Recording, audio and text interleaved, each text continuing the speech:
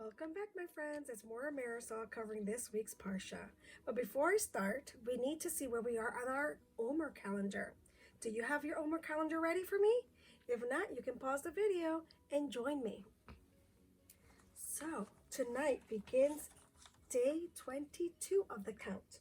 What I'm going to do with my large calendar that I have at home, I'm just going to put the little heart right here into the pocket to reveal the count, which is 22. That'll be tonight.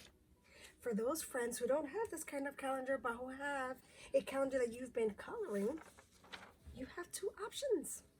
You can use one color, a crayon, for all the days, or you can use one crayon for 7 days, and on day 8 you do another color, and then on the other day you do a different color. So this way you can see each week as it passes. Right now we've passed by, there's been 3 weeks and 1 day for our count. Well, let's get started with the Parshah. This week's Parshah also has 2 words. It is called Achrei Mot-Kedoshim. What is Kedoshim anyway? Well, Kedoshim means holy. And before I go on, I have to say that even though there's the 2 names are 2 parts of the Parshah, we are going to only focus on Kedoshim. Okay? So let's get spelling. Do you have your Hebrew letters ready? Let's go. We have our first letter, which is Kuf, Dalet, Shin, Yud, and the last letter that I have is Mem. It's supposed to be a Mem Sofit. I don't have a Mem Sofit, so we are going to use Mem. So there we are, Kedoshim. Now Kedoshim means holy. Now who can you think of is holy? Well, we know that God is holy, right? Well, guess what? He requires us to be holy too. How can we do that? And what does it mean anyway? Well, holy means to be set apart, to be different. And the way that we can be different is by doing the mitzvot that he has said in his Torah. Now, the mitzvot, it helps us to work towards holiness, to being different, and to following God's mitzvot. Now, the first mitzvot is to respect your parents. Now, that means that you listen to what they have to say. Sometimes you may not understand why they're asking you to do certain things, but they're doing it because they love you and they know what's best for you. Here, we have a mom and a daughter. Mom is getting ready for Shabbos. She is cleaning up the space, and her daughter is helping by cleaning up her toys. Now, she's doing good listening, and that is a way to show respect to her mom, and she is helping mom. That's another mitzvot. The second mitzvot is to keep the Sabbath. Now, the Sabbath is important because God rested on it after he created everything. So it is important for us to also rest. But we could do different things on Shabbat. It all depends on what's your routine in your family for Shabbat. Many friends go to shul. Many friends take a walk on a beautiful Shabbos day with their family. Some friends will also play a game with the family, and that makes Shabbos very, very special when you get the whole family together and you play a game. Some friends go to visit other friends or family that live nearby, and if they're lucky, they get to have a Shabbos meal with their grandparents if their grandparents live nearby, or maybe not have a Shabbos meal with their grandparents, but maybe with just another friend or a cousin. These are the things that make Shabbat so special. Now, just remember, these are not the only things that you have to do. There are other things that have to do with being alone, such as maybe you need that extra nap, or you want some extra time for mommy and daddy to read you that special book that's only available on Shabbat. That's also another way to make it special. No matter what you do on Shabbat, you should always give thanks to God because He's the reason that we have Shabbat. Our next mitzvah is taking care of the poor. And we do this with tzedakah. Every time that we place a coin in our tzedakah box, which I'll talk about this box later. Every time we do that, after we do the prayer, this helps us to gather monies to help others that are in need, others that have less than you do, or just to help others that are lonely. We'll talk more about that later. The mitzvah after that is how to treat other people. Here is a brother and sister, or it could also be two friends who are not getting along very well. As you can see, right? They both don't look happy, do they? No, they're not. And it seems like they have trouble sharing this particular toy. Now, if they don't figure out how to resolve this soon, that toy may be damaged. So sometimes this has happened, right? Sometimes we get frustrated with our brother or sister or friend, and it's hard to find a resolution. So when you feel really frustrated, or if you feel like you're about to cry because you are so frustrated, that's a perfect time to take a break. You go away, you take a break by yourself, or maybe you want to snuggle up to mommy or daddy, or to an older brother and sister until you feel better, till you don't feel those really weird and angry feelings. And when you feel okay, you can go back to play. And this helps you to give each other a break, and you can play better. So that's that mitzvah. The last mitzvah that is covered in the Parshah tells us that we have to be respectful of grandmas, grandpas, older people, your Torah teachers, your regular teachers like myself. Here we have a little boy helping his grandpa. And if you notice, he has a tray with milk and cookies. Now, it could just be that Grandpa asked him to go get a snack for him because Grandpa's feeling really tired and he doesn't have a lot of energy. Or it could just be that the little boy just wanted to show kindness to his grandpa by surprising him with a snack and a cup of milk. Either way, we should show respect to our elders. Even those, if they're not even related to you, you should still show respect. And we do that by being kind and by being good listeners. At this point of the video, we're going to talk about this particular book. Now, I like this book because it covers more than just about tzedakah. It covers most of the major points of the mitzvah for this Parshah. Except for Shabbat, of course, all the other points are basically covered. The book is called How Dahlia Put a Big Yellow Comforter Inside a Tiny Blue Box.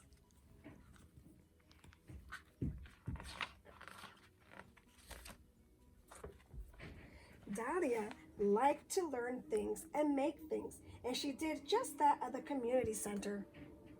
One Monday, her teacher, Mrs. Khan, showed her and the other children a photograph of a little silver house that stood on 4 tiny feet. She showed them a photograph of a miniature silver castle. She put a little wooden barrel and a small tin box on the table. These are tzedakah boxes, she said, and if you make your own tzedakah box and fill it, you'll be amazed by what we can do. When Dahlia got home, she ran to her room. She found a little box. She made a slot in its lid. She painted the box. And afterwards, and most importantly, she wrote the Hebrew letters, Sadi, Dalet, Kuf, Hey, on its front. She took $1 from her birthday money, dropped it through the slot, and placed the box on her shelf. Her little brother, Yossi, saw the box. "What's in it?" he asked. "A big yellow comforter," Dahlia answered, with a look that said, big sisters know so much more than their little brothers do. But how can a big yellow comforter fit into such a tiny box? Yossi was just learning his Hebrew letters. Is Sadi Dalid Dalid Kuf Hey a magic word? Sadi Dalid Kuf Hey spells tzedakah, and it means I'm happy when you're happy, Dalia said. Not only was she Yossi's big sister, but she was also his very smart teacher. On Tuesday, Dalia earned 50 cents for weeding the garden. She took a quarter from her earnings and dropped it through the slot. Now there's a big yellow comforter and a butterfly bush inside the box, she told Yossi. But how can a big yellow comforter and a butterfly bush fit inside a little box? Yossi asked.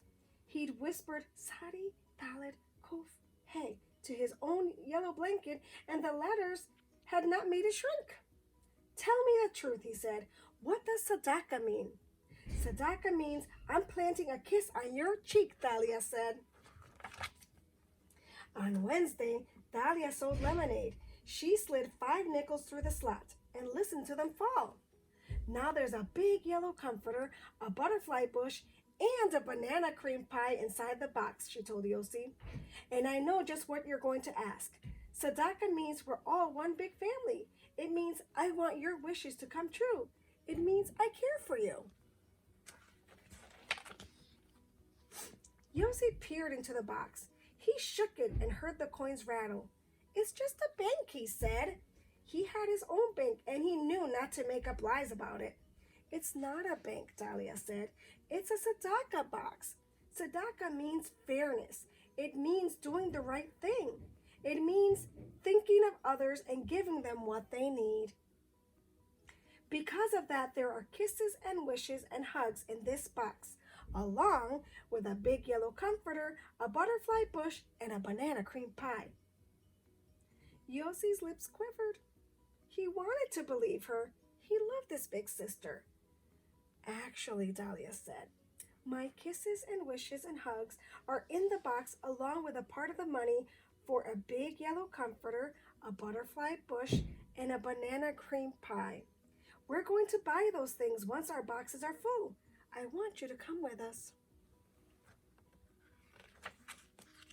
On Thursday, Dalia and Yossi took turns carrying the little box to the community center.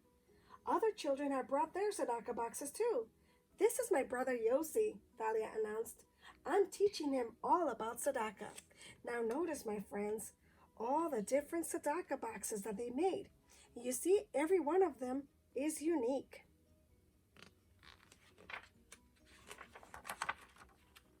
Yossi helped the children count the money. At the linen store, he was the first to spot a soft yellow comforter.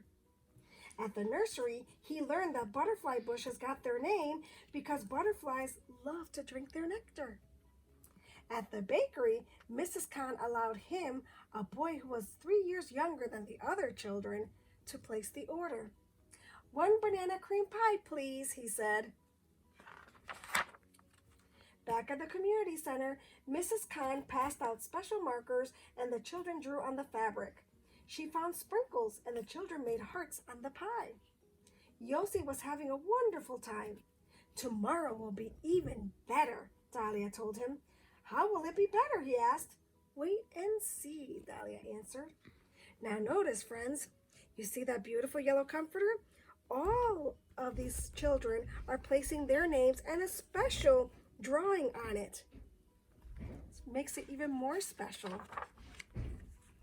The next day, Mrs. Khan led the parade of children to a house where the yard looked sad, and the old woman who sat on the porch looked even sadder. Pay attention, Dalia whispered to Yossi. This is the important part. Hello, Mrs. Ross, Mrs. Khan called. We've come to visit. What a nice surprise, Mrs. Ross said. I've been sitting here wishing I had visitors. The children tucked the big yellow comforter around Mrs. Ross's thin legs. At my age, I'm usually cold, Mrs. Ross said. But wrapped in this beautiful comforter, I feel the warmth of your hearts. The children planted a butterfly bush where Mrs. Ross could see it. Within minutes, a flock of white butterflies flew to its blossoms.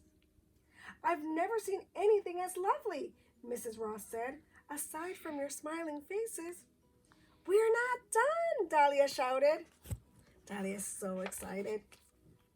She cut the banana cream pie. Yossi served Mrs. Ross a great big piece. When I woke up this morning, I never guessed that today would be so grand, Mrs. Ross said. People care about me, and I won't forget that again. Thank you so very much. Now you see Mrs. Ross's face? How happy she looks. The children have done a beautiful mitzvah. Sadi, Dalet, Kuf, Hey. Yeah, Yossi sang, Sadi, Dalet, Kuf, Hey, Sadi, Dalet, Kuf, Hey. He turned to his sister. I know just what you're going to ask, Dahlia said. She was his big sister, his smart teacher, and she loved him very much. And yes, as soon as we get home, I'll show you how to make your own tzedakah box. The end. Well, friends, I don't know if you have a tzedakah box at home, but my daughter, when she was in the first grade at Ezra, she made a tzedakah box made out of a box. And what she did is she made it to look like a house. She had each of the sides colored a different color. She put little windows on it. And with the help of her teacher, a slot here for the money to go in, which I seem to have lost my quarter, but anyway. And a little roof on the top. So you see, you can make a tzedakah box out of an actual box. You can make it from a coffee can. You can make it from a jar. There's so many possibilities. But what's important is that the money that you put into it is the money that you will use to make someone happy, to make someone's day. Well, my friends, thank you for joining me. And I hope to see you next week with your newly colored Omer count calendars. Until next week, Shabbat Shalom.